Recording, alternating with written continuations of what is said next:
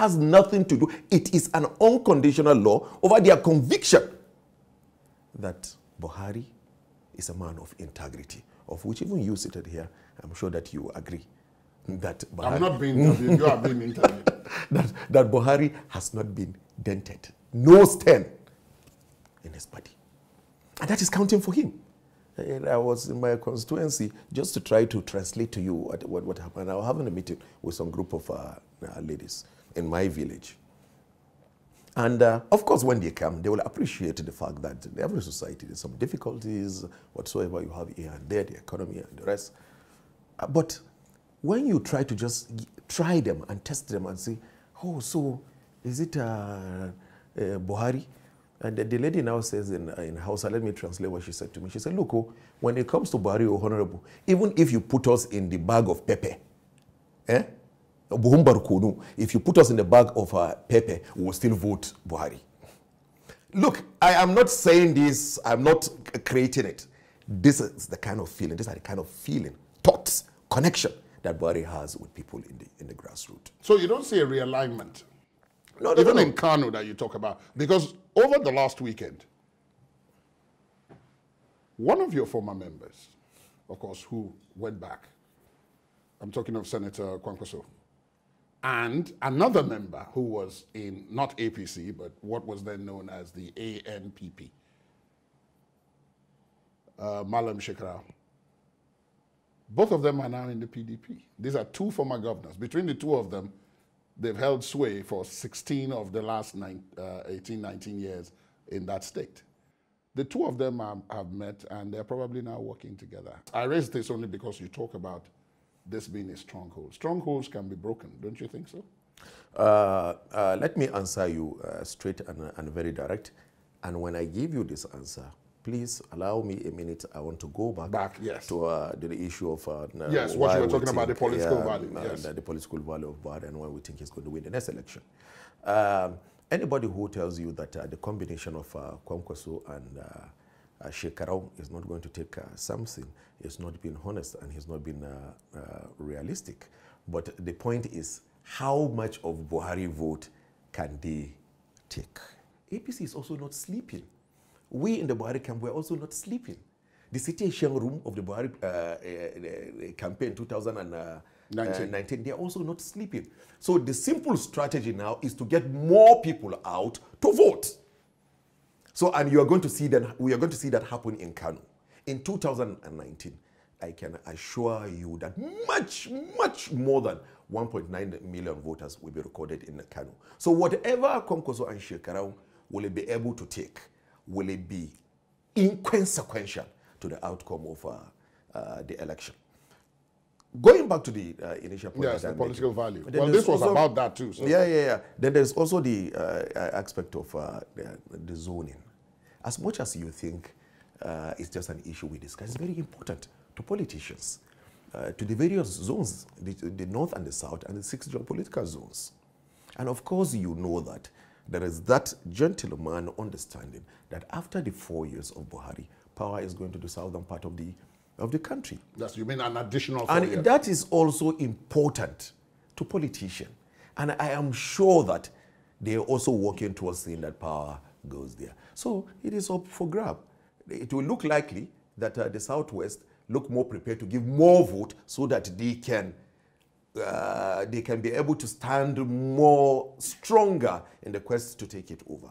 The Southeast are also coming up stronger. And I was having a conversation with some of my Southeastern friends, and they're beginning to understand that, look, if we want to now come out and grab this presidency, one of the shortcuts to it is to be able to support the Buhari presidency. And you prepare yourself and you go for it. So the zoning itself, it's very, very important. Then to the younger generation, they're also beginning to realize that a Buhari second term is the easiest way that we can have generational shift. We've been talking about generational shift. Now we've signed the not too young to run bill, but I tell you, for some of us who didn't have that not too young to run, and we have to work so hard to break into the system at a very young age, I am telling you this, it doesn't look likely that they're going to leave the stage. The easiest way is Buhari, and I would deconstruct it to you. When Buhari gets a second term, it goes to the southern part of the country. It would spend an average of 8 to 12 years. If you ask me, I wanted to spend 12 years in the southern part of the country. Why? By the time it comes back to the north, You will be ready to be president. No. You know what I used to tell people? I don't consider myself a young man, but believe me, I'm ready to join the Buhari. I don't want to also mention name, but let me also say the Tambuwal, the Kwankwasos, the Gandujes, all of them, the Atikus. I am ready that my own generation, let's join them and go. Because younger people are coming. Now, the point is that by the time it spends some 8, 12 years in the south and it comes to the north, naturally, this particular generation, they are gone. Some of them might still be in their early 60s. But the point is that those people who are 30 today, who are in their late 20s, mid 30s, they will be the ones who will be senators. They will be the ones in the House of Representatives in the next 8 years or 12 years. They will be the ones who are governors, and they will stand a better chance of aspiring to become president of the country. Now, if after the 4 years, it goes to the southern part of the country, you could still have the generation of the Osebanjos and the rest tussling to become a president. Give them one term. When it comes to the north, before it goes back to the southern part of the country, that generation, they're gone. Look, a second term for Buhari, this country will have a new generation of leaders in the next 10 to 15 years. And you know the interesting thing? A lot of young people are beginning to realize this, and that is what is being discussed in every corner you go. This is going to work very, very well for Buhari. So the next election, if I will go back to the initial point, his connection with the masses, the next election is simply a battle between the elite and the masses. The elite and the masses? Yeah, the elite and the masses. You mean you versus the masses? Because you are not part of the masses. Buhari, some part of the elite. Because you are the elite. It's a battle. Thank you for drawing my attention to that. The point I'm trying to make is that some group of the elite who are determined to see that Buhari does not, so it's just going to, because they do not have people, so it's going to be a battle between some of these elites that are enemies of the country as against the people, the citizens of Nigeria. So it's going to be quite interesting. Another thing in the political aspect that is going to work in favor of Buhari is that, Ladi, we are concentrating on the crisis in APC. Who is telling you there's no crisis in PDP? There's crisis in PDP. We're not discussing that because you are not in PDP. No, Governor Dixon sat with you a few days ago. I follow your program very well. The Governor Dixon has transformed to be, I used to tell people, this man is coming up as a rising star in the Niger Delta. He talks like a statesman. And what did he say? He said he had always promoted the idea of a win-win situation in PDP. But some of his colleagues felt they should go to court and get a winner and a loser. And he said they went to court and got a winner and a loser. And he asked you, he said, has things been the same in PDP since that time? And I answered him. That man is one of the most intelligent PDP governors. And when somebody like Dixon comes out to tell you that there's graveyard peace in PDP, just wait for the day that it's going to explode. Sadly, Buhari at least is in a position of comfort. You know the position of comfort? He's not going to run a primaries. He's already, or everybody in the party has agreed this is our candidate. So Buhari, we are preparing President Buhari for the general elections. The PDP hadn't even gone through primaries. They will go through primaries. At the last count, they have about 30 people contesting. Atiku is there. Maybe Tambuwal is there. Kwankwaso is there. What we have, maybe Saraki is there.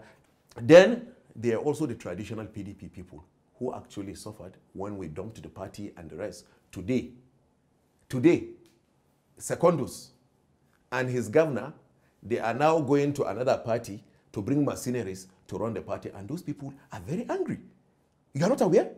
I'm not aware of brilliant that. Governors, mercenaries, smart, brilliant governors like Damkwambo and the rest, they are really, really upset that how could you do this to us and make us look useless in the eyes of Nigerians. They also have presidential aspirants there like Sule Lamido and the rest, like McCarthy, who believe that they can be president, and you want to dump the whole of these people. You've jumped over to APC. You are shopping for. They are setting the stage for a very dangerous crisis that will consume the PDP. But you know why? What is making me comfortable and happy? Everybody seems not to even realize that is happening. And those of us in APC, that can see the crisis in PDP. We don't want to talk about it. Shh. It will come to that and you will say, I tell you. Well, I let Atiku lose the election. Are you not the ones that went and promised Atiku presidency and took him to the party and now they want to mess him up? Let him lose and see what is going to happen. Hold on.